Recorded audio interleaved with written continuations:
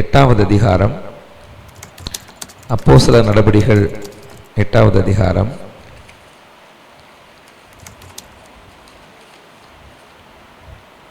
12 21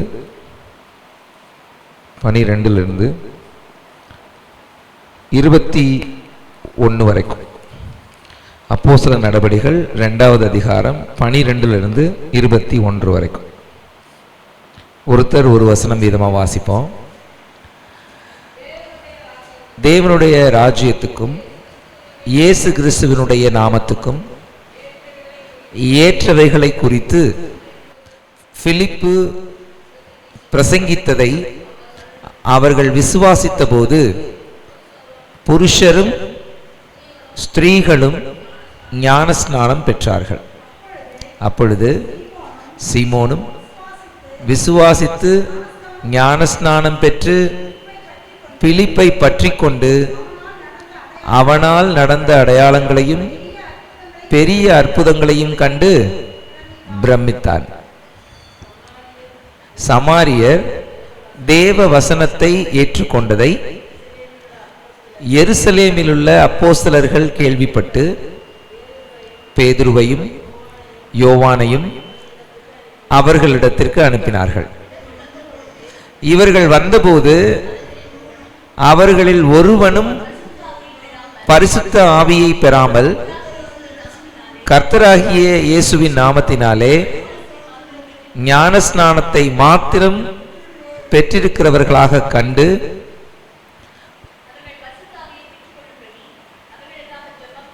அவர்கள் பரிசுத்த ஆவியை பெற்றுக்கொள்ளும்படி அவர்களுக்காக ஜெபம் பண்ணி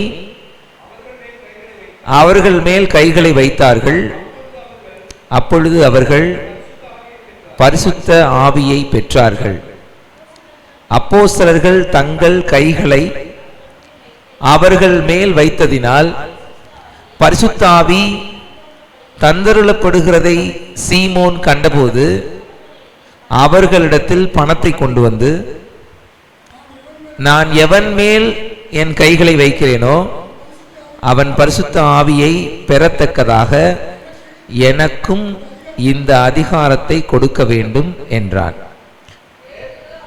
பேதுரு அவனை நோக்கி, தேவனுடைய வரத்தை பணத்தினாலே சம்பாதித்துக் கொள்ளலாம் என்று நீ நினைத்தபடியால் உன் பணம் உன்னோடே கூட நாசமாய் போக கடவது. உன் இருதயம் தேவனுக்கு முன்பாக செம்மையாயிராதபடியால் இந்த விஷயத்திலே உனக்கு பங்கும் இல்லை பாகமும் இல்லை அப்படின்னு சொல்றார். சரி, அதனால பின்னாடி இருக்கு 21 வரைக்கும் நம்ம வாசிச்சிருக்கிறோம். இந்த சம்பவத்தில் சமாரியா பட்டணத்தில் பிலிப்பு ஊழியம் செய்கிறார். ஸ்தேவான் கொலை செய்யப்பட்டு அதை ஒரு முக்கிய நிகழ்வாக முன்னிறுத்தி யூதர்கள் எல்லாம் பயமுறுத்தப்பட்டு அடிக்கப்பட்டு துரத்தி அடிக்கப்படுகிறார்கள். அப்படி துரத்தி அடிக்கப்படும் போது பிலிப்பு சமாரியா பட்டணத்திற்கு வந்து தேவனுடைய வார்த்தைகளை பிரசங்கிக்கிறார். அப்படி பிரசங்கிக்கும் போது அவர்கள் தேவனுடைய வார்த்தையை கேட்டு விசுவாசித்து ஞானஸ்நானம் பெற்றுக்கொண்டார்கள். இப்ப இந்த விஷயம் எருசலேமில் இருக்கிற நம்முடைய கவுன்சிலுக்கு போகுது. அதாவது மெயின் சீஷர்கள், முக்கிய சீஷர்கள் எல்லாம் எருசலேமில் இருக்கிறார்கள். அவர்களிடத்துல இந்த தகவல் போகிறது. அவங்க அதை கண்காணிக்கும்படியாக சமாரியா பட்டணத்துக்கு வர்றாங்க. அப்படி சமாரியா பட்டணத்துக்கு வந்து இவர்கள் ஞானஸ்நானம் மட்டும் பெற்றிருக்கிறதை கண்டு, பரிசுத்த ஆவியானவரின் நிறைவை பெறாமல் இருக்கிறதை கண்டு இவர்களுக்காக ஜெபம் பண்ணி இவர்கள் மேல் கை வைத்தார்கள். பரிசுத்த ஆவியானவர் அவர்கள் மேல் இறங்கினார். இதை எல்லாரும் பார்த்தார்கள். பரிசுத்த ஆவியானவர் இறங்கினதை எல்லாரும் பார்த்தார்கள், கண்டார்கள் இருக்கு. அப்படின்னா பரிசுத்த ஆவியானவர் இறங்கும் போது அல்லது நம்மேல் பொழிந்துருளப்படும் போது, அவருடைய நிறைவு ஊற்றப்படும் போது மனிதர்கள் பார்க்கக்கூடிய ஏதோ ஒரு நிகழ்வு அங்கே நடக்கிறது. ஆமா தானே? என்ன நிகழ்வா அது இருந்திருக்கும்? அந்நிய பாஷை பேசி இருப்பார்கள். அது மட்டும்தானா? அற்புதங்களையும் அடையாளங்களையும் பிலிப்பு செய்தார்னு எழுதியிருக்கு. ஆமா, அந்நிய பாஷை பேசினார்கள், பேசி இருப்பார்கள். ஏன்னா அவங்க பார்த்தாங்கன்னு இருக்கு இல்லையா, ஒருவேளை அந்நிய பாஷை பேசி இருப்பார்கள் அப்படின்னு இருக்கு. அப்போஸ்தலர் 2ஆம் அதிகாரத்துல, அப்போஸ்தலர் நடபடிகள் 2ஆம் அதிகாரத்துல, அப்போஸ்தலர் நடபடிகள் 2ஆம் அதிகாரத்துல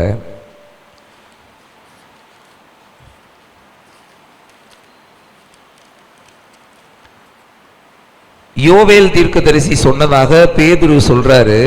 என்ன சொல்றாரு அப்படின்னா, 17வது வசனத்திலிருந்து வாசிங்க. கடைசி நாட்களில் மாம்சமான யாவர் மேலும் என் ஆவியை ஊற்றுவேன். அப்பொழுது உங்கள் குமாரரும் உங்கள் குமாரத்திகளும் தீர்க்க தரிசனம் சொல்லுவார்கள், தரிசனங்களை அடைவார்கள், சொப்பனங்களை காண்பார்கள், ஊழியக்காரிகள் மேலும் தீர்க்க தரிசனம் சொல்லுவார்கள். மேலே வானத்திலும் வானத்தின் அற்புதங்களையும் கீழே பூமியில் இரத்தம், அக்கினி, புகை மூட்டம் ஆகிய அடையாளங்களையும் காட்டுவேன். பெரிதும் பிரகாசமுமான நாள் வரும் முன்னே. இது அதெல்லாம் இருக்கு. தீர்க்க தரிசனம் சொல்லுவார்கள், சொப்பனங்கள் காண்பார்கள், தரிசனங்கள் காண்பார்கள். ஸோ இந்த மாதிரியான வெளிப்படையான அடையாளங்களும் இருக்கு. நம்ம வெறுமனே என்ன நினைக்கிறோம் அப்படின்னா, பரிசுத்த ஆவியானவருடைய நிறைவு அருளப்படும் போது வெறும் அந்நிய பாஷை மட்டும் பேசுகிறோம் அப்படின்னு நினைக்கிறோம். தீர்க்க தரிசனம் சொல்லுவார்கள், தரிசனங்களை பார்ப்பார்கள், சொப்பனங்களை காண்பார்கள். இதோடு நிப்பாட்டல. அப்படியே 1 கொரிந்தியர் 12வது அதிகாரத்துக்கு போனோம்னா, 1 கொரிந்தியர் 12ல் என்ன சொல்லப்பட்டிருக்கு? ஒரு நிமிஷம், அதையும்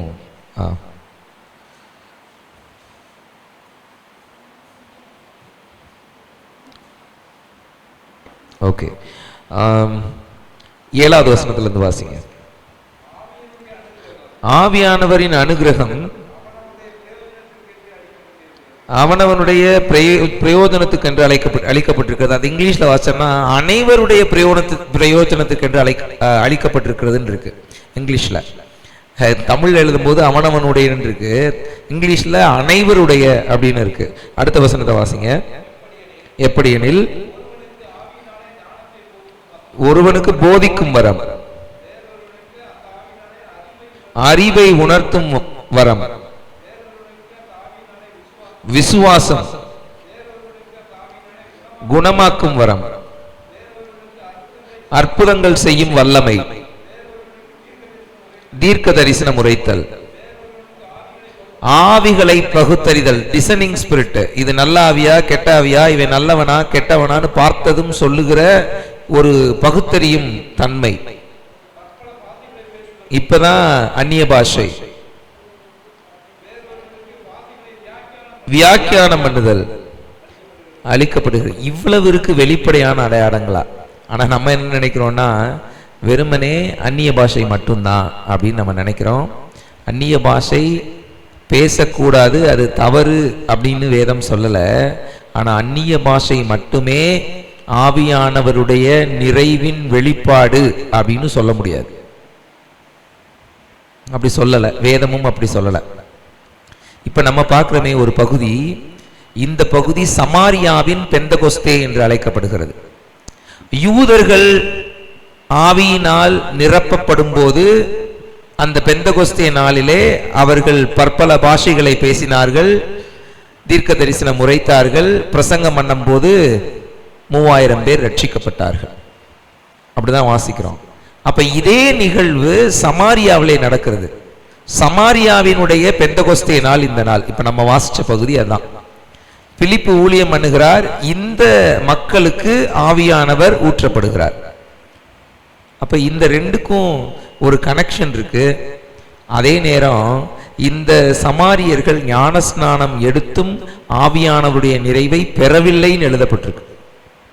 அதனாலதான் அவர்கள் மேல் கைகளை வைத்தார்கள் அப்படின்னு நம்ம வாசிக்கிறோம். இது கொஞ்சம் கான்ட்ரடிக்ஷனா இருக்கு பாருங்களேன்.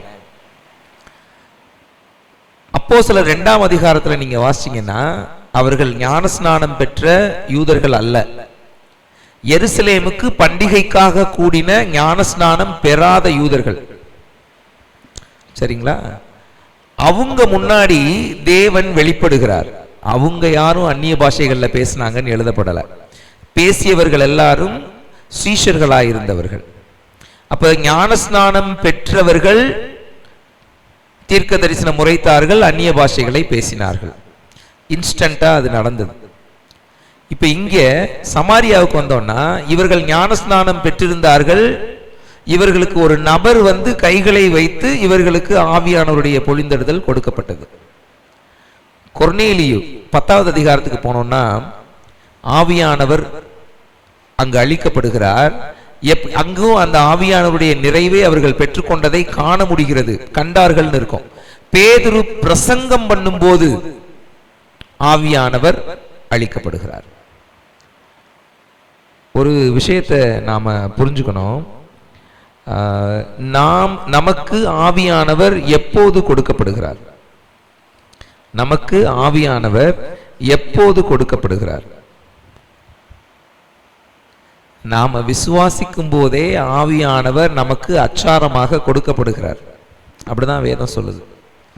நாம் ரட்சிக்கப்படும் போது, அதாவது விசுவாசிக்கும் போதே, இவர் என்னுடைய ஆண்டவர், இவர் என்னுடைய இரட்சகர் அப்படின்னு நான் விசுவாசிக்கும் போதே ஆவியானவர் எனக்கு கொடுக்கப்படுகிறார். அப்ப ஆவியானவர் அப்பவே கொடுக்கப்பட்டுட்டார்னா இப்ப என்ன ஸ்பெஷலா கொடுக்கணும் அப்படின்னா, ஆவியானவர் 3 வழிகளில் நமக்கு கொடுக்கப்படுகிறார். ஒன்னு, வசனத்தை வாசிச்சிருவோம். எபேசியர் 4வது அதிகாரம் 4-5 வசனங்களை வாசிங்களேன். எபேசியர் 4வது அதிகாரம் 4-5.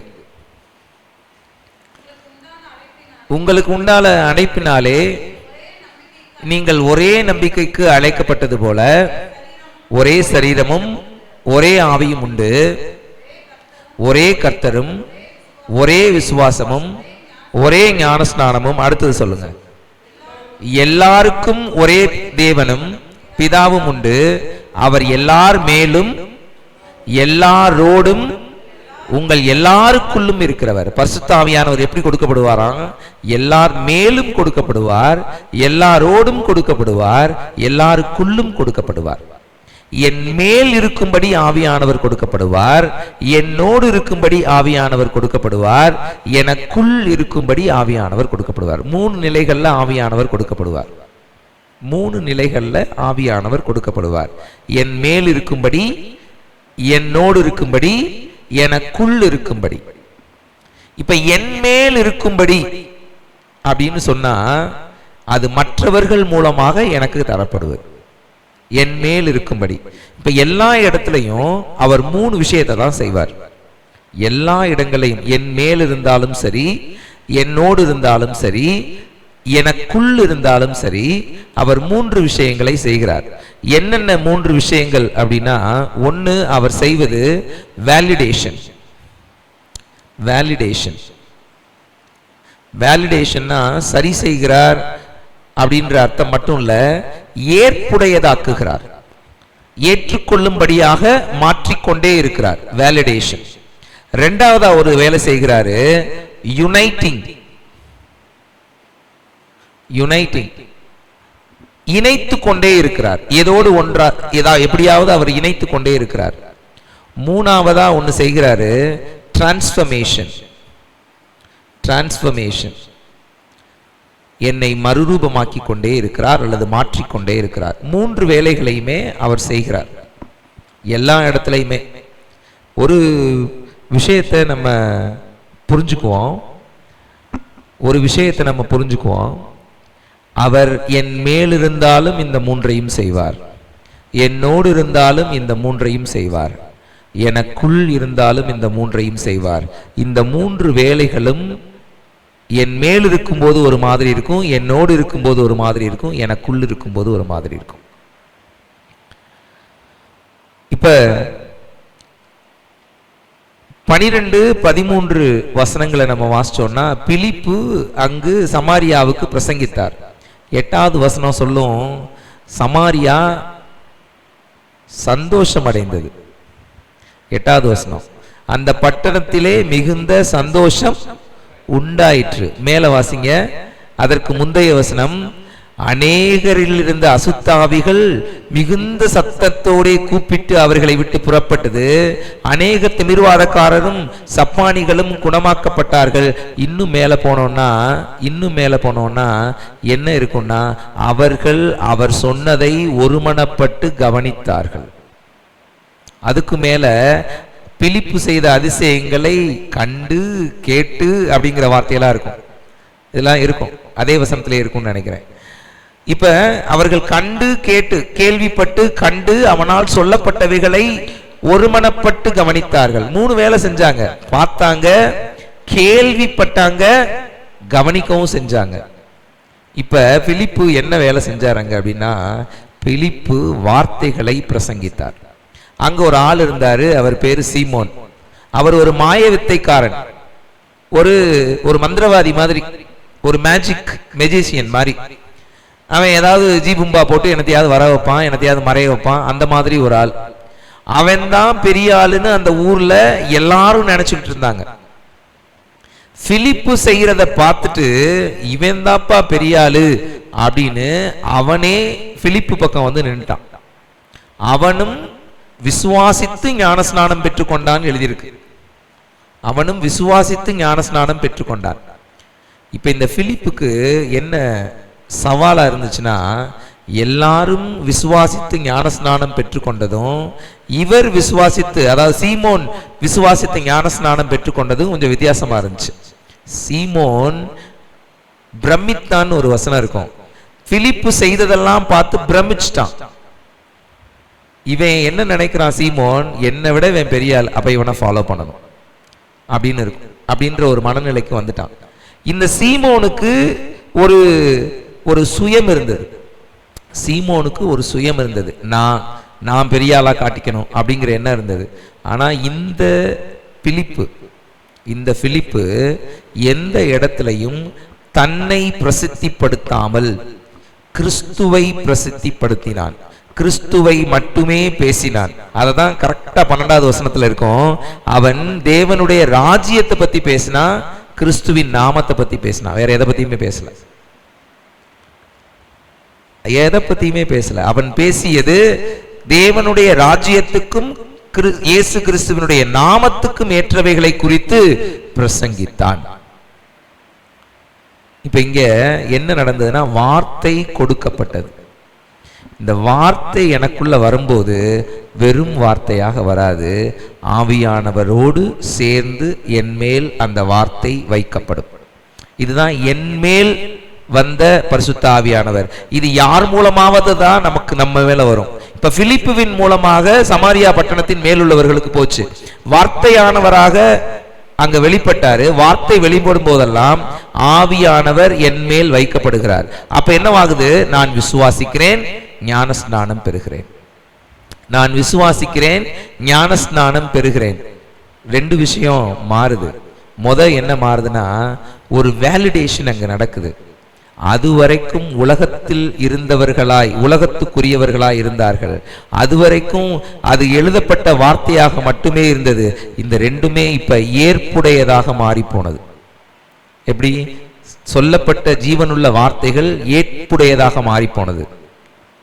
நம்ம என்ன ஞானத்தோட சுவிசேஷத்தை சொல்லிடுவோம்னு நினைக்கிறீங்க?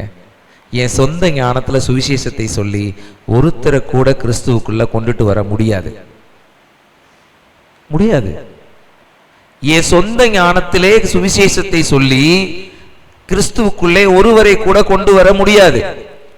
ஆனால் கிறிஸ்துவை சொல்லணும்னா அவருடைய ராஜ்யத்தையும் அவருடைய நாமத்தை மட்டும் நான் பிரசங்கிப்பேன்ற ஒரு முடிவோட நான் போய் பேசும்போது என் வார்த்தைகள்ல கோர்வை இல்லாம இருக்கலாம், தெளிவில்லாம இருக்கலாம், நடுக்கத்தோட இருக்கலாம், ஒரு கிளம்சியா இருக்கலாம். எப்படி இருந்தாலும் அதை ஏற்புடையதாக்கி ஜனங்களை கொள்ளை பொருளாக நமக்கு கட்டளையிடுவார். வார்த்தைகளை ஏற்புடையதாக்குறாரு. 2வது, அந்த மனிதர்களை ஏற்புடையதாக்கி தன் பிள்ளைகளாக அவர் எடுத்துக்கொள்கிறார். பரிசுத்த ஆவியானவர் என் மேல் வரும்போது என்னை ஏற்புடையவனாக்கி அவர் பிள்ளைகளாக அவரிடத்திலே என்னை ஏற்றுக்கொள்கிறார். முதல்ல ஏற்புடையவனாக்கிட்டாரா, வேலிடேட் பண்ணிட்டார். 2வது ஒண்ணு செஞ்சார். யுனைட்டிங், அவரோடு கிறிஸ்துவோடு அவர்களை இணைத்தார். ஒரே சரீரமாகும்படி. கிறிஸ்து தலையாயிருக்கிறார், நாம் அவருடைய அவயவங்களாயிருக்கிறோம். அவரோடு நம்மை இணைத்தார். இந்த இணைக்கிற வேலையை பரிசுத்த ஆவியானவர் என் மேல் வைக்கப்படும் போது அது நடக்கிறதாக இருக்கிறது. மூணாவதா ஒன்று நடக்குது, விசுவாசித்தார்கள். டிரான்ஸ்ஃபர்மேஷன். அது வரைக்கும் யாரை விசுவாசிச்சாங்க, அது மாதிரி அது மாறி போய் இப்போது கிறிஸ்துவை விசுவாசிக்கிறவர்களாக ஒரு டிரான்ஸ்ஃபர்மேஷன், ஒரு மாற்றத்தை அவர்களுடைய மனதிலே கொண்டு வருகிறார். 3 வேளை ஆயிப்போச்சு. இதுதான் என் மேல் வைக்கப்படும் விசுவாசம், சாரி பரிசுத்த ஆவியானவர். அடுத்ததா என்னோடு இருக்கும் பரிசுத்த ஆவியானவர். இது வந்து யார் மூலமாகவோ எனக்கு வரணும்னு அவசியம் இல்லை, ஆனா யார் மூலமாகவும் வரவும் செய்யலாம். அப்போஸ்தலர் நடபடிகள் 2வது அதிகாரத்துல யார் மூலமாகவும் பரிசுத்த ஆவியானவர் கொடுக்கப்படவில்லை, அவராக வந்து மேல் வீட்டறையில் இறங்கினார். கொர்நேலியுக்கு போகும்போது பேதுரு பிரசங்கம் பண்ணும்போது இறங்கினார். சமாரியாவிலே பேதுருவும் யோவானும் கைகளை வைத்து ஜெபம் பண்ணும் போது இறங்கினார். அது ஆட்டோமேட்டிக்காவும் நடக்கலாம், மனிதர்கள் மூலமாகவும் நடக்கலாம். என் கூட வருகிற ஆவியானவர். முதல்ல சொல்லப்படுகிறது, எதை குறித்து சொல்லப்படுது அப்படின்னா, என்னோடு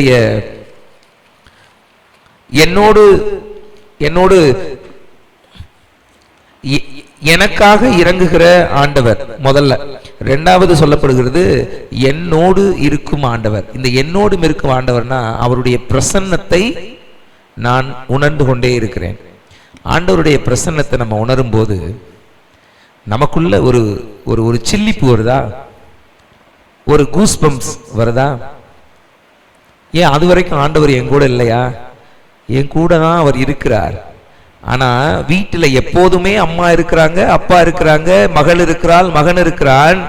ஆனா தன் இருப்பை எப்போது அவர்கள் காட்டுகிறார்களோ அப்பெல்லாம் நம்ம பூரிச்சு போயிடும். ஒரே இடத்துல தான் இருக்கோம், ஒருவர் மேல் ஒருவர் தயவாதான் இருக்கும், ஆதரவாதான் இருக்கும். ஆனா நான் நெருக்கமான சூழலில் இருக்கும்போது, நான் கலங்கி நிற்கும்போது என் கையை ஒருத்தர் இறுக்கமா பிடிச்சாங்கன்னா நான் என்ன ஃபீல் பண்ணுவேன்? நான் அவன் கூட இருக்கேன் அப்படின்னு அவங்க சொல்றாங்கன்னு நினைக்கிறேன் இல்லையா? இப்படி தன் இருப்பை சொல்லுகிறவர் தான் நம்முடைய ஆண்டவர். அதான் நம்மோடு இருக்கிற கர்த்தர். இந்த நம்மோடு இருக்கிற கர்த்தர் அங்க வெளிப்படணும்னா அவர் எப்படி வேண்டுமானாலும் வெளிப்படுவார், எப்படி வேண்டுமானாலும் வெளிப்படுவார். ஆனா இந்த சமாரியாவுக்கு அவர் தாமதப்படுத்தினார். சமாரியால குறைஞ்சது 1-2 வருஷமாவது விழிப்பு ஊழியம் பண்ணியிருப்பார். அவர்கள் அதுவரைக்கும் உணர்ந்து கொள்ளவில்லை. உள்ளுக்குள் இருக்கும் பரிசுத்த ஆவியானவரை அவர்கள் இதுவரைக்கும் உணர்ந்து கொள்ளவில்லை. அந்த நிறைவை தருவதற்காக தான் இந்த 2 பேரை தேவன் அனுப்பிச்சு வச்சார். ஏன் இந்த டிலே, ஏன் இந்த தாமதம்? ரட்சிக்கப்பட்டுட்டா பரிசுத்த ஆவியானவரை பெற்றுக்கொள்ளணும் தானே. பரிசுத்த ஆவியானவரால் தான் நான் ரட்சிக்கப்பட்டிருக்கேன். ஆனா அடுத்தடுத்த 2 ஸ்டெப் இருக்கு. அந்த ஸ்டெப் 2 நமக்கு கொடுக்கப்படணும்னா அதிலே ஒரு தாமதம். இப்ப நம்மகிட்ட இருக்கிற புது விசுவாசிகள் அல்லது பழைய விசுவாசிகள் இன்னும் ஆவியின் நிறைவை பெறவில்லைன்னு யோசித்து கொண்டிருக்கிற ஒவ்வொருத்தருக்கும் இந்த தாமதம் ஏன் அப்படிங்கிற கேள்வி நமக்குள்ள இருந்துகிட்டே தான் இருக்கு. இந்த தாமதம் ஏன்? ஹிஸ்டாரிக்கலா அதுக்கு காரணம் என்ன சொல்றாங்கன்னா, ஒருவேளை சமாரியாவிலே பிலிப்பு அந்த மிஷனரி ஊழியத்தை செய்து கொண்டிருந்த போது ஞான ஸ்நானம் எடுத்த பிற்பாடு அல்லது எடுக்கும் முன்னமே இவர்கள் ஆவியின் நிறைவை பெற்றிருந்தார்களானால் யூத கிறிஸ்தவ சபை, சமாரிய கிறிஸ்தவ சபை அப்படின்னு 2 பிரிவுகள் உருவாகி இருக்கும்னு சொல்றாங்க. அதுக்கான சாத்தியம் இருக்குன்னு சொல்றாங்க. ஏன்னா ரெண்டுமே பெரிய பீப்புள் குரூப். இப்ப இவங்க தனி கிறிஸ்தவர்கள், இவர்கள் தனி கிறிஸ்தவர்கள்னு பிரிஞ்சு போயிருப்பாங்க. இப்ப சமாரியாவில் ஆவியின் நிறைவு யூதாவில் இருக்கிறவர்களால் கொண்டு வரப்பட்டது. அப்படின்னா என்னவாகுதுன்னா, இங்க இவர்களுடைய ஆவியானவரும் அவர்களுடைய ஆவியானவரும் ஒருவர் தான். இது 2 சபைகளாக இருப்பதை கர்த்தர் விரும்பவில்லை. ஒன்றாக இருக்க வேண்டும், ஒரே சரீரமாக இருக்க வேண்டும் என்பதை கர்த்தர் விரும்பினார் அதனாலதான் அவர் இந்த காரியம் நடப்பதற்கு தாமதித்தார் அப்படின்னு எழுதியிருக்கிறாங்க. எவ்வளவு பெரிய விஷயம் பாருங்களேன். நம்ம நினைக்கிறோம் ஒரு தாமதத்திற்கு காரணம் அது நம்மளா இருப்போம், நம்மளும் ஒரு காரணம், அது பின்னாடி நான் சொல்லுவேன். ஆனா இங்க ஹிஸ்டாரிக்கலா அவங்க சொல்றது, இப்படி ஒன்று நடந்திருந்தால், ஏற்கனவே சமாரியர்களை பார்த்தா யூதர்களுக்கு பிடிக்காது, இவர்கள் ஊர் வழியா போக மாட்டாங்க, அவர்கள் ஒரு மிக்சட் ரேஸ், ஒரு கலப்பு இனத்தவர்கள், ஜாதி மாதிரி கல்யாணம் பண்ணினவர்கள், அவங்கள பார்த்தாலே யூதர்களுக்கு ஆகாது. இப்ப இவர்கள், இந்த சமாரியர்கள் யூதர்களோடு இணைந்திருக்க மாட்டார்கள், யூதர்கள் சமாரியர்களோடு இணைந்திருக்க மாட்டார்கள். கிறிஸ்து அந்த சொன்ன அந்த யூனிட்டி அப்படிங்கிறது இல்லாம போயிருக்கும், யூனிட்டிங்கிறது இல்லாம போயிருக்கும். இதற்காக தான் அந்த தாமதத்தை கர்த்தர் அனுமதித்தார். பரவாயில்ல, லேட் ஆனாலும் பரவாயில்ல, அவர்கள் வரட்டும், அவர்கள் வரட்டும். சபைக்குள்ள நாம என்னைக்கு ஒரு மனதின் ஆவியை கொண்டிருக்க முயற்சி செய்கிறோமோ, கொண்டிருக்க வாலண்டியர் பண்ணுகிறோமோ, அன்று நமக்கு ஆவியானவரின் நிறைவு அளிக்கப்படும். இல்லைன்னா கிடையாது. நான் இணக்கமா இருப்பேன், நான் இசைவா இருப்பேன், நான் இவர்களோடு ஒத்துப்போவேன், எனக்கு எந்த பாகுபாடும் இல்லைன்னு யார் நினைக்கிறார்களோ அவர்களுக்கு ஆவியின் நிறைவு அருளப்படும், அவர்களுக்கு ஆவியின் நிறைவு அருளப்படும். இது வேதத்திலையும் சில இடங்கள்ல அது தெளிவாவே சொல்லப்படுது. ஆவியின் நிறைவு அப்படி எதிர்பார்க்கிறவர்களுக்கு தான் கொடுக்கப்படுகிறது. ஒரு நிமிஷம்.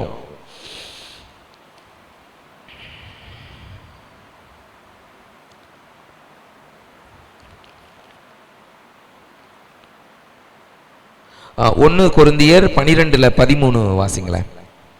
1 கொரிந்தியர் 12:13.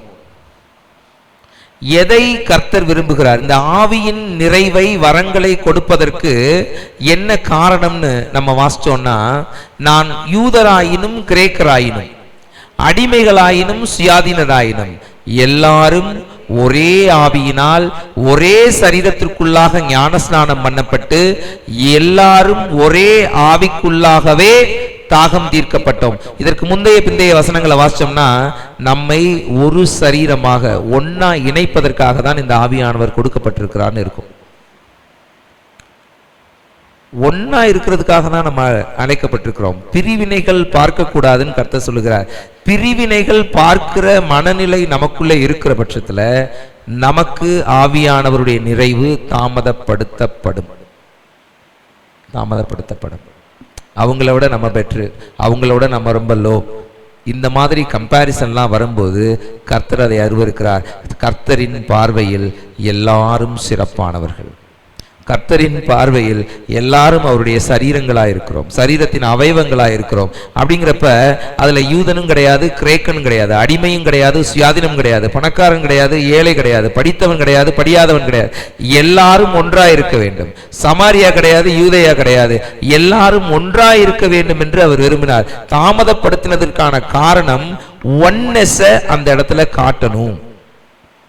தேவன் ஒன்றாயிருக்கிறார், நாம் ஒன்றாயிருக்கும்படி அவர் விரும்புகிறார் அப்படிங்கிறத காட்டும்படியாக தான் அந்த தாமதம் வந்தது அப்படிங்கிறது தான் அந்த இடத்துல சொல்றாங்க. Oneness it's very much important, ரொம்ப இம்பார்ட்டன்ட்.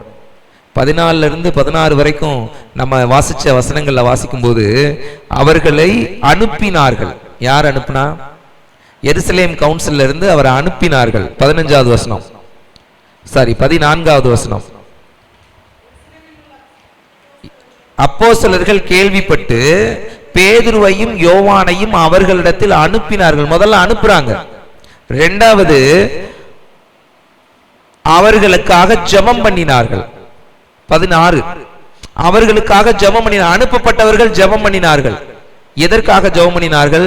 பரிசுத்த ஆவியானவரை அவர்கள் பெற்றுக்கொள்ளும்படி ஜெபம் பண்ணினார்கள். மூணாவது கைகளை வைத்தார்கள். 17வது வசனம், கைகளை வைத்தார்கள். கைகளை வைத்து ஆவியின் நிறைவு சபையிலே இருக்க வேண்டுமானால் விருப்பப்படுகிறவர்கள் மட்டும் ஜெபித்தால் பத்தாது, சபை ஜெபிக்க வேண்டும். விருப்பப்பட்டவர்கள் மட்டும் ஜெபித்தால் பத்தாது, சபை ஜெபிக்க வேண்டும். அவர்களுக்காக ஆவியின் நிறைவை பேசுகிற சொல்லுகிற ஆவிக்குரிய நபர்கள் ஏற்படுத்தப்பட வேண்டும், அனுப்பப்பட வேண்டும் அவங்கள நடத்துறதுக்கு. இரண்டாவது, அவர்களோடு கூட இவர்கள் ஜெபம் பண்ண வேண்டும், அவர்கள் தலையிலே இவர்கள் கையை வைக்க வேண்டும், அவர்கள் மேல் கைகளை வைத்து அவர்களுக்காக ஜெபம் பண்ண வேண்டும். எனக்கு ஞாபகம் வருது, என் மேல ஒருத்தர் கையை வச்சு ஜெபம் பண்ணது எனக்கு இன்னும் ஞாபகம் வருது. நான் ஒரு பெரிய மீட்டிங்கில்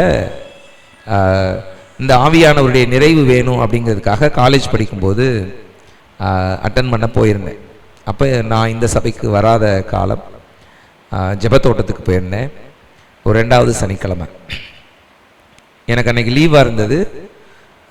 வீட்டுக்கெல்லாம் தெரியாது நான் கிறிஸ்தவன், அதனால் ரகசியமாக தான் போயிருந்தேன். எனக்கு வாஞ்சை, நான் ஆவியானவருடைய வரங்களை பெற்றுக்கொள்ளணும் அப்படின்னு எனக்கு ஒரு வாஞ்சை இருந்தது. Fasting prayer full day. ஒரு மத்தியானம் சாப்பாட்டுக்கு பின்னாடி ஒரு நாள் ஃபுல்லாக நான் காத்திருக்கேன். அதுக்கு முன்னாடியும் நான் ஜெபம் பண்ணியிருக்கிறேன். எனக்கு ஆவியானவருடைய நிறைவை நான் ஃபீல் பண்ண முடியலையே, நான் ஆண்டவருடைய அந்த பல பாஷைகளில் பேசுகிற வரத்தை பெற்றுக்கொள்ளவில்லையே. அப்பெல்லாம் இவ்வளவு தெளிவில்லை, தீர்க்க தரிசனம் பேசணும் அப்படியெல்லாம் யோசிக்கல. எனக்கு இந்த அந்நிய பாஷை வரத்தை கர்த்தர் தரலையே அப்படின்ற ஒரு ஏக்கத்தோட நான் அழுது ஜெபம் பண்ணிட்டு இருக்கேன். நான் அப்படி உருக்கமாக ஜெபம் பண்ணிட்டு இருக்கேன், சத்தமாக அழுகிறேன். ஏன்னா அவ்வளோ பெரிய சத்தத்தில் என் சத்தம்லாம் கேட்காது.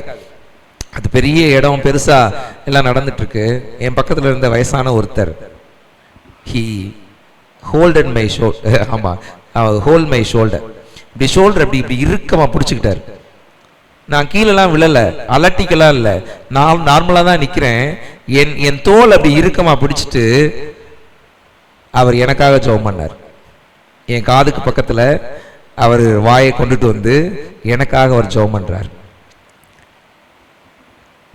நான் இப்போ பெற்றுக்கொண்டனா இல்லையான்னு தெரியல, ஆனால் நான் என் சுய நினைவுக்கு வந்தபோது என் உதடுகள் அந்நிய பாஷையிலே தேவனை துதித்து கொண்டிருந்தது. Still I remember that. கர்த்தர் யாரை கொண்டும் எதையும் செய்வார். அப்ப நம்ம சபையில ஒரு ஆவியானவருடைய முழுமையான நிறைவு நம்முடைய பிள்ளைகளுக்கு தரப்பட வேண்டும் என்றால், அந்த நிறைவிலே நம்மை நடத்துவதற்கு ஏற்றவர்கள் அவர்களுக்கு அனுப்பப்பட வேண்டும். அவர்களுக்காக இவர்கள் ஜெபிக்க வேண்டும். அவர்கள் மேலே கைகளை வைத்து ஆவியானவர் அவர்களுக்கு கொடுக்கப்பட வேண்டும். இதுதான் உடனிருக்கும் ஆவியானவர். முதல்ல இந்த உடனிருக்கும் ஆவியானவர் கொடுக்கப்பட்டா என்னவாகுது? இங்கேயுமே இந்த 3 வேலையுமே நடக்கும் பாருங்களேன். Validation, uniting and transformation. வேலிடேஷன்னா எதை ஏற்புடையதாக்கினார்? எதை ஏற்புடையதாக்கினார்னா, உயரத்தில் இருக்கிறவங்களை எல்லாம் கீழே கொண்டு வந்தாரு, கீழே இருக்கிறவங்களை எல்லாம் உயரத்துக்கு கொண்டு போயிட்டார், ஏற்புடையவர்கள் ஆக்கினார். அவங்க தரம், நான் பெரிய ஒரு கவுன்சில்ல இருக்கேன் அப்படின்னு நினைச்சிட்டு அவங்க எருசலேம்லயே நின்றல, அவர்களை இறக்கி நமக்குரியவர்கள் ஆக்கினார். அப்ப பெரிய ஆட்கள் எல்லாம் இந்த சின்ன வேலையை செய்வதற்கு இறங்கி வர வேண்டும். அதை பரிசுத்த ஆவியானவர் செய்வார். பரிசுத்த ஆவியானவர் செய்வார். நம்மோடு இருக்கும் பரிசுத்த ஆவியானவர் இதை செய்யணும்னா, மேலே இருக்கிறவர்கள் ஆவிக்குரியவர்கள் என்று அழைக்கப்படுகிறவர்கள் அத்தனை பேரும் இந்த ஊழியத்தை செய்யும்படி, பிள்ளைகளுக்கும் புதிதாக வந்திருக்கிறவர்களுக்கும் சபையில் உள்ளவர்களுக்கும் ஆவியின் நிறைவை பெற்றுக்கொள்ள உதவி செய்யும்படி அவர்கள் ஏற்புடையவர்களாக கீழே இறங்கி வர வேண்டும். இதை கிறிஸ்து செய்வார், ஆவியானவர் செய்வார். ஆவியானவரை ஏற்றுக்கொள்ளும்படி அவர்களையும் தயார்படுத்தணும். அவர்களையும் கிறிஸ்து ஆவியானவர் தயார்படுத்தினார். 2 வேலையும் அங்க செய்யப்பட்டது. 2வதா யுனைட்டிங். இப்ப யாரும் இணைந்து கொண்டார்கள் அப்படின்னா, ஏற்கனவே கிறிஸ்துவும் அந்த மனிதனும் இணைந்து கொண்டார்கள். இந்த இடத்துல ஆவியானவர் என்னோடு இருக்கிறவராக கொடுக்கப்பட்டால், நான் சக விசுவாசியோடு சக தலைவர்களோடு இணைக்கப்படுகிறேன். இப்ப பாண்டிங் எப்படி வருதுன்னா, நான் என் சபையோடு என் சபையில் உள்ளவர்களோடு இணைக்கப்படுகிறேன். முன்னாடி கிறிஸ்துவோடு இணைக்கப்பட்டேன், இப்போது சபையோடு இணைக்கப்படுகிறேன். மூணாவதா ஒரு டிரான்ஸ்ஃபர்மேஷன் வருது. என்ன டிரான்ஸ்ஃபர்மேஷன் வருதுன்னா, அதுவரைக்கும் என் வாய் ஏதேதோ பேசிக்கொண்டிருந்தது, இப்போது என் வாய் தீர்க்க தரிசனம் சொல்லும். இப்போது என் வாய் சொப்பனங்களை பேசும், தரிசனங்களை பேசும், அந்நிய பாஷைகளை பேசும், வியாக்கியானங்களை பேசும். எல்லாமே வாய் சம்பந்தப்பட்ட வரங்கள். பாருங்களேன், பரிசுத்த ஆவியானவர் வரும்போது அவர் கொடுக்கிற வரங்கள் எல்லாமே என்ன வரங்கள்னு பாருங்க, வாய் சம்பந்தப்பட்ட வரங்கள். எல்லாமே வாய் சம்பந்தப்பட்ட வரங்கள். டிசர்னிங் ஸ்பிரிட், எவன் எப்பேற்பட்டவன் என்று பகுத்து ஆராயும். அது ஒண்ணுதான் மனம் சார்ந்தது எனக்கு தெரிஞ்சுட்டு, மிச்சம் எல்லாமே வாய் சம்பந்தப்பட்ட வரங்கள். எனக்குள்ளே அவர் இருந்து, என்னோடு இருந்து, அப்படியே உள்ளுக்குள்ள இருக்கிற ஆவியானவர் அப்படியே வெளியில கொண்டுட்டு வருவார் எல்லாத்தையும். இது ரெண்டாவது. மூணாவது, எனக்குள் இருக்கும் ஆவியானவர். எனக்குள் இருக்கும் ஆவியானவர். எனக்குள் இருக்கும் ஆவியானவர் அப்படின்னா, அவங்க கைகளை வச்சாங்க, அவர்கள் கைகளை வைத்தார்கள். வசனம் 17 வாசிங்களேன். 17 வாசிங்களேன். அவர்கள் கைகளை வைத்தார்கள். என்ன நடந்தது? வசனத்தை போடுங்க.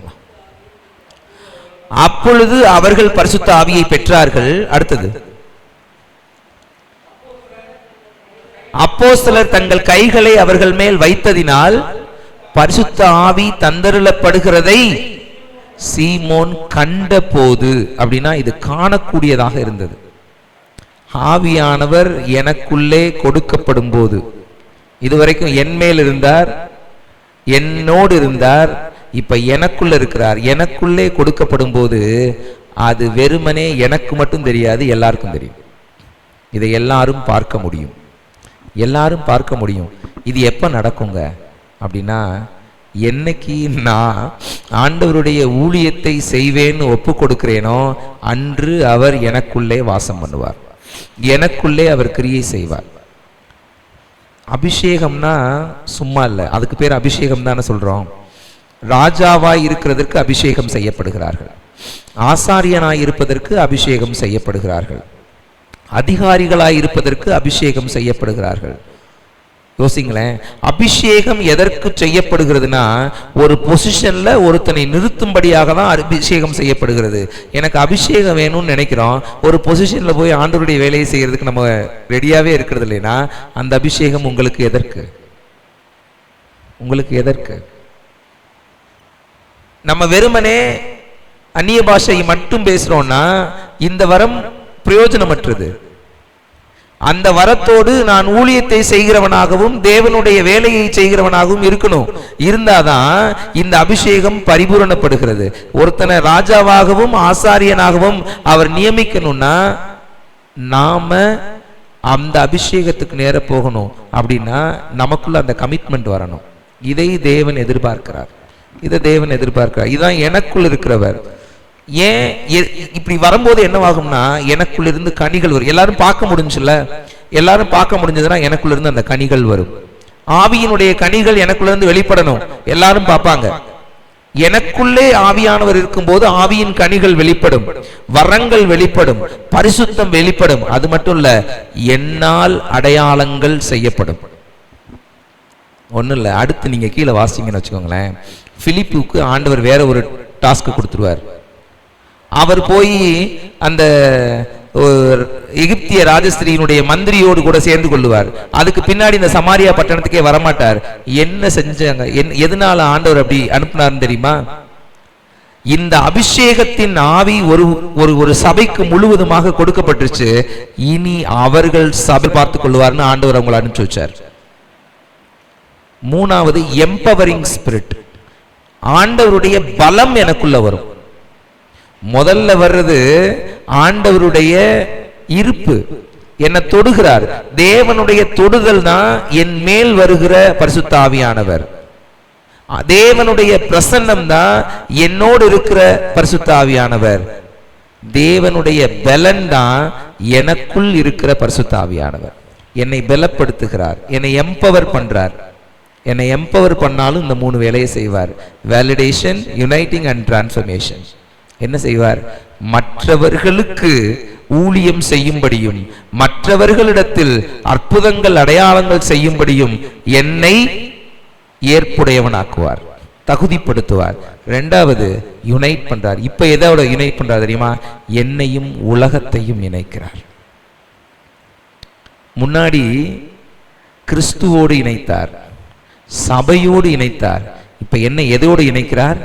இந்த உலகத்தோடு இணைக்கிறார். எதுக்கு தெரியுமா? அவர்களை சபையோடு இணைக்கும்படி, அவர்களை கிறிஸ்துவோடு இணைக்கும்படி. he is empowering us. அந்த இணைப்பு யுனைட்டிங். மூணாவது டிரான்ஸ்ஃபர்மேஷன். அதுவரைக்கும் சாதாரண விசுவாசியாக இருந்த நான் ஊழியக்காரனாய் நிற்பேன், தேவனுடைய பிள்ளையாக அவருடைய வேலையை செய்கிறவனாக இருப்பேன். இந்த பெரிய டிரான்ஸ்ஃபர்மேஷனை நமக்கு அவர் தருகிறவராக இருக்கிறார். இந்த மூணு தான் பரிசுத்த ஆவியானவர் இங்கு வெளிப்படுகிற விதம். என் மேல், என்னோடு, எனக்குள். தொடுதல், பிரசன்னம், வல்லமை. இந்த தொடுதல் நான் ரட்சிக்கப்படுகிற அன்றே கொடுக்கப்படுகிறது. பிரசன்னமும் வல்லமையும் நான் கேட்கும்போது அவராகவோ மற்றவர்கள் மூலமாகவோ எனக்கு தருகிறார். ஆனா இந்த வல்லமைங்கிற விஷயம் நான் ஊழியத்தை செய்ய ரெடியா இருக்கும்போது மட்டும்தான் எனக்கு தரப்படும். ஆவியானவருடைய வல்லமை, ஆவியானவருடைய கிரியை, போதகம் பண்ணுகிற வரம், வியாக்கியானம் பண்ணுகிற வரம், தீர்க்க தரிசனம் சொல்லுகிற வரம், இது எல்லாம் நீங்கள் ஊழியம் செய்வதற்கு ரெடியா இருக்கும் போதுதான் தரப்படும், இல்லைன்னா தரப்படாது. So let us be understanding that. So எனக்கு ஆவியானவர் இன்னும் அந்த பலத்தை அருளுகிற ஆவியானவர் தரப்படல அப்படின்னா அதுக்கு முக்கியமான காரணம் என்னோட மைண்ட் செட். என்னோட மைண்ட் செட் தாமதிக்கிறதுக்கு காரணம் நான் சபையோடு இணைந்திருக்க இன்னும் நான் ரெடி ஆகல. ரெண்டாவது ஊழியத்தை செய்ய நான் இன்னும் ரெடி ஆகல. இன்னொரு விஷயத்தையும் வாசிப்போம். அப்போஸ்தலர் 2வது அதிகாரம் 38வது வசனம்.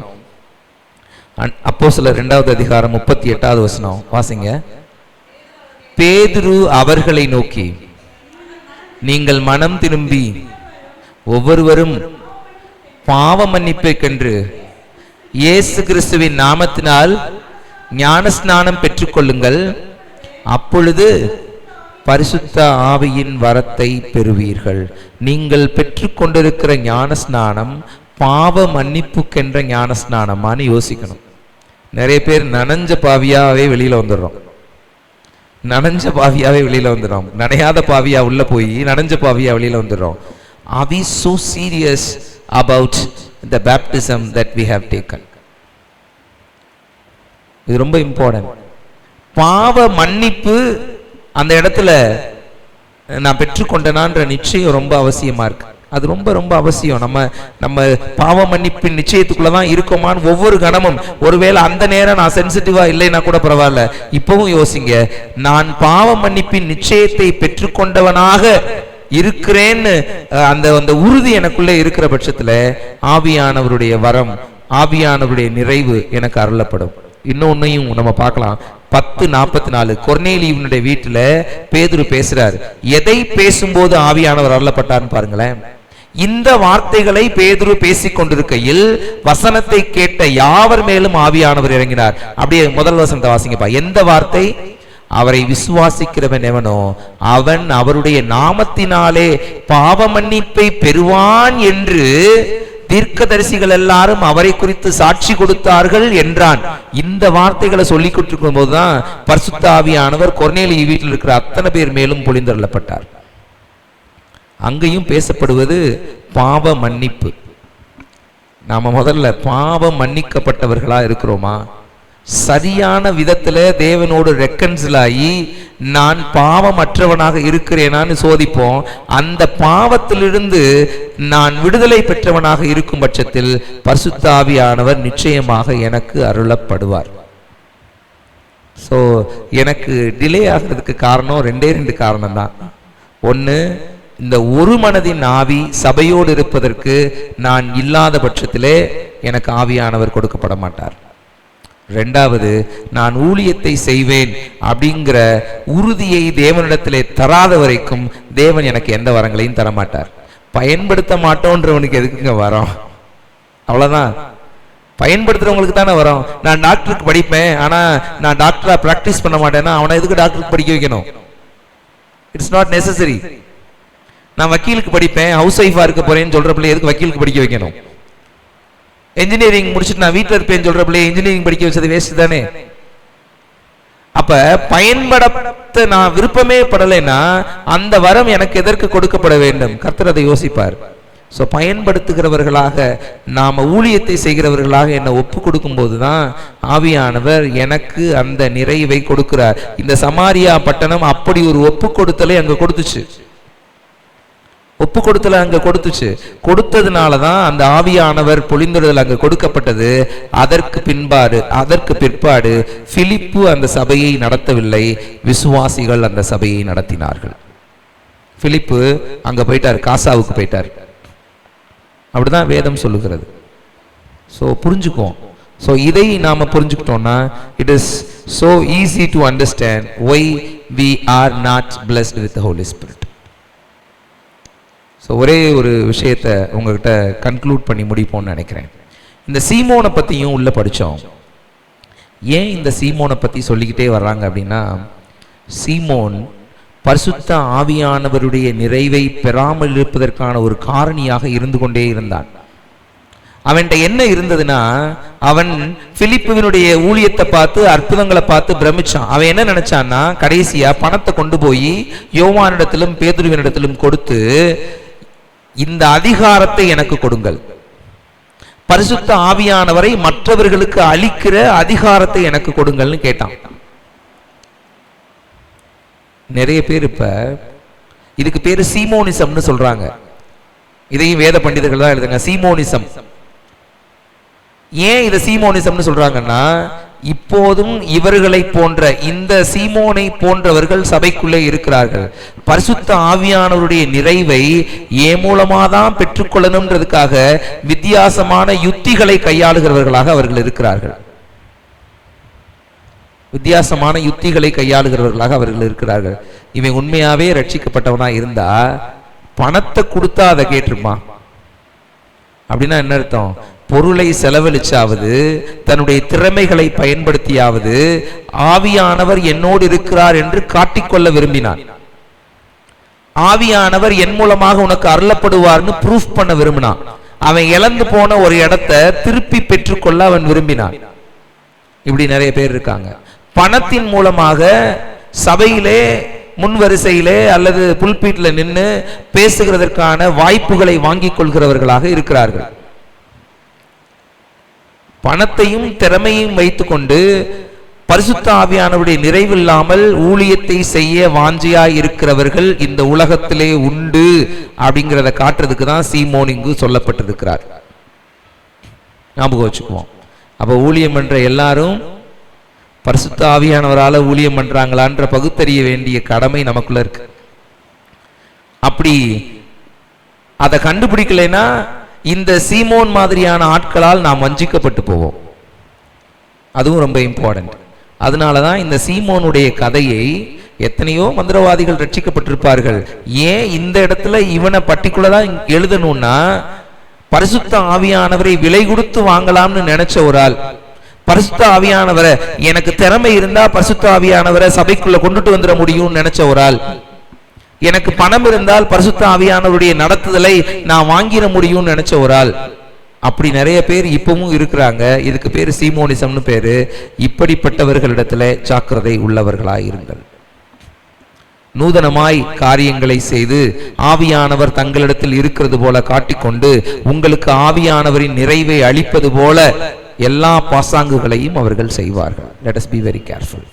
So 3 விஷயங்கள். என் மேல் இருக்கும் பரிசுத்த ஆவியானவர், அவர் என்னை தொடுகிறார், ரட்சிக்கிறார். என்னோடு இருக்கும் பரிசுத்த ஆவியானவர், அவர் பிரசன்னத்தை என்னோடு வைத்து என்னை கௌரவமான இடத்துக்கு நேர, என்னை கனம் பொருந்தின இடத்துக்கு நேரே நடத்துகிறார். விசுவாசிகளோடு ஐக்கியப்பட்டிருக்க என்னை அழைக்கிறார். 3வது, எனக்குள் இருக்கும் ஆவியானவர் ஊழியத்திலே என்னை வரங்களை கொண்டு மிகுதியாய் பயன்படுத்துகிறார். அப்போ ஆவியானவருடைய நிறைவை நாம் பெற்றுக்கொள்ளணும்னா 2 விஷயங்களை நாம் செய்தே ஆக வேண்டும். சபையிலே ஒரு மனதோடு இருக்க நான் விரும்ப வேண்டும். 2வது, தேவனுடைய ஊழியத்தை செய்கிற அந்த ரெடினஸ் எனக்குள்ளே இருக்க வேண்டும். ஜோமனோமா? நல்ல ஆண்டவரே, உம்மை துதிக்கிறோம். இந்த ராத்திரி வேலைக்காக நாங்கள் நன்றி செலுத்துகிறோம். எங்களோடு நீங்க பேசியிருக்கீங்க ஆண்டவரே. உங்களுடைய மிகுதியான வரங்களின் நிறைவை, ஆவியானவரின் நிறைவை நாங்கள் அனுபவிக்கும்படி எங்களை நாங்கள் விட்டு தருகிறோம். உங்க ஊழியத்தை செய்கிறதற்கு எங்கள் ஒவ்வொருவரையும் விட்டு தருகிறோம் கர்த்தாவே. எங்களோடு இடைபடுங்க, எங்களோடு இருங்க ஆண்டவரே. எங்களை வெல்லப்படுத்துங்க. நீர் செய்கிற 3 வேலைகளை பார்த்தோம். எங்களை வேலிடேட் பண்றீங்க, எங்களை யுனைட் பண்றீங்க இந்த உலகத்தோடு, சபையோடு, உம்மோடு ஆண்டவரே. அடுத்ததா எங்களை டிரான்ஸ்ஃபார்ம் பண்றீங்க, எங்களை மறுரூபமாக்கி கொண்டே இருக்கிறீர்கள். இந்த வேலைகளுக்கெல்லாம் எங்களை நாங்கள் விட்டு கொடுக்கிறோம் கர்த்தாவே. எங்களோடு இருந்து எங்களை நடத்தும், தகுதியான இடத்திலே எங்களை நிறுத்தும், சரியான டிராக்ல நாங்கள் பிரயாணித்து உங்கள் ஊழியத்தை செய்கிறதற்கு தேவரீர் எங்களை விட்டு தருகிறோம். உமது நிறைவை எங்களுக்கு தந்தரல வேண்டுமென ஜெபிக்கிறோம். இயேசு கிறிஸ்துவின் நாமத்தில் ஜெபிக்கிறோம் நல்ல பிதாவே, ஆமென். என் ஆத்துமாவே கர்த்தரை ஸ்தோத்திரி, என் முழு உள்ளமே அவருடைய பரிசுத்த நாமத்தை ஸ்தோத்திரி. என் ஆத்துமாவே கர்த்தரை ஸ்தோத்திரி, கர்த்தர் செய்த சகல உபகாரங்களையும் மறவாதே. ஆமென். கர்த்தர் உங்களோடு இருப்பாராக. Thank you.